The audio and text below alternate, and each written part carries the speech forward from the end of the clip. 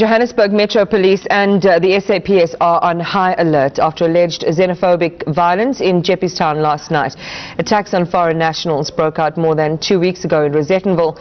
That's when residents torched houses they claimed were drug dens or brothels.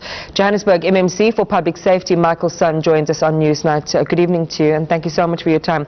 Let's first start because, you know, one of the issues that has been raised over and over again is a correct diagnosis of what went wrong. So what's your assessment of what happened in Jeppestown and how did you go about establishing that?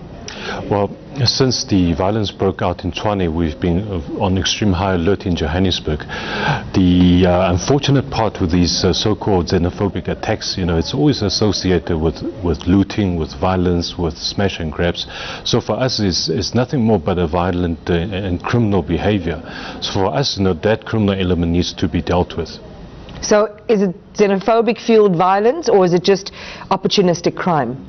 We've seen a lot in the past that many of the so-called xenophobic violence are overtaken by events of looting, and the looting just takes over the so-called xenophobic factor.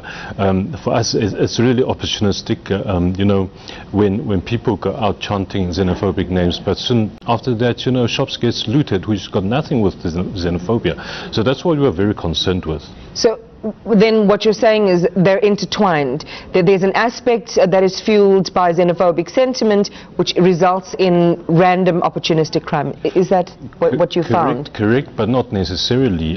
We are concerned that there are criminal elements using the name of xenophobia, but in fact that the real intent is to rob and to loot the shops.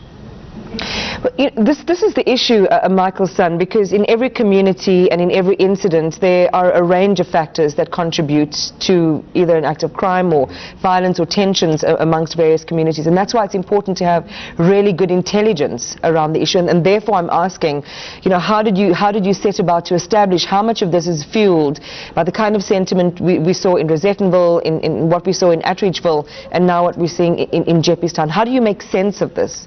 Yes, you know, a close working relationship with the community on the ground is very important.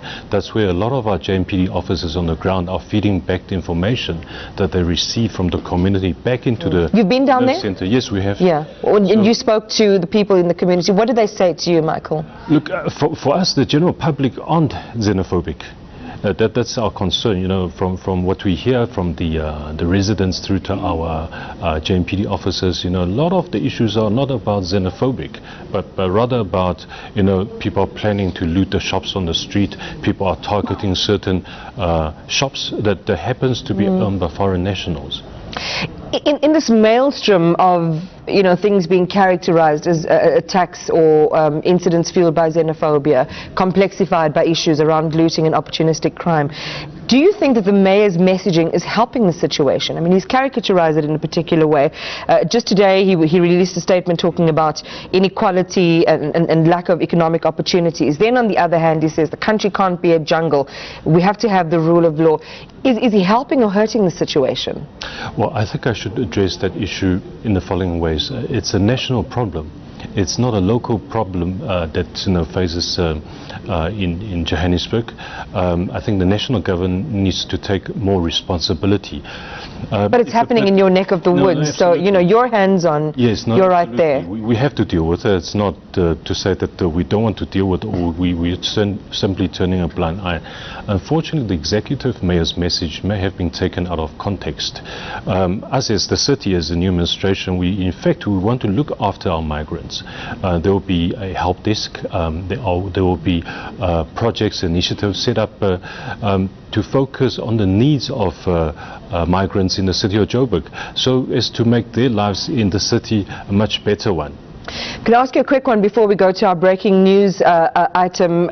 You're coordinating with JMPD and SARS. You're on high alert. What does high alert mean, and what succor or comfort can you offer those who seem to be repeated victims of these opportunistic acts, particularly businesses that are owned by foreigners? Well, high alert simply means that our JMPD officers in all regions of the city, in fact, you know, from our past experience, we have identified hotspots.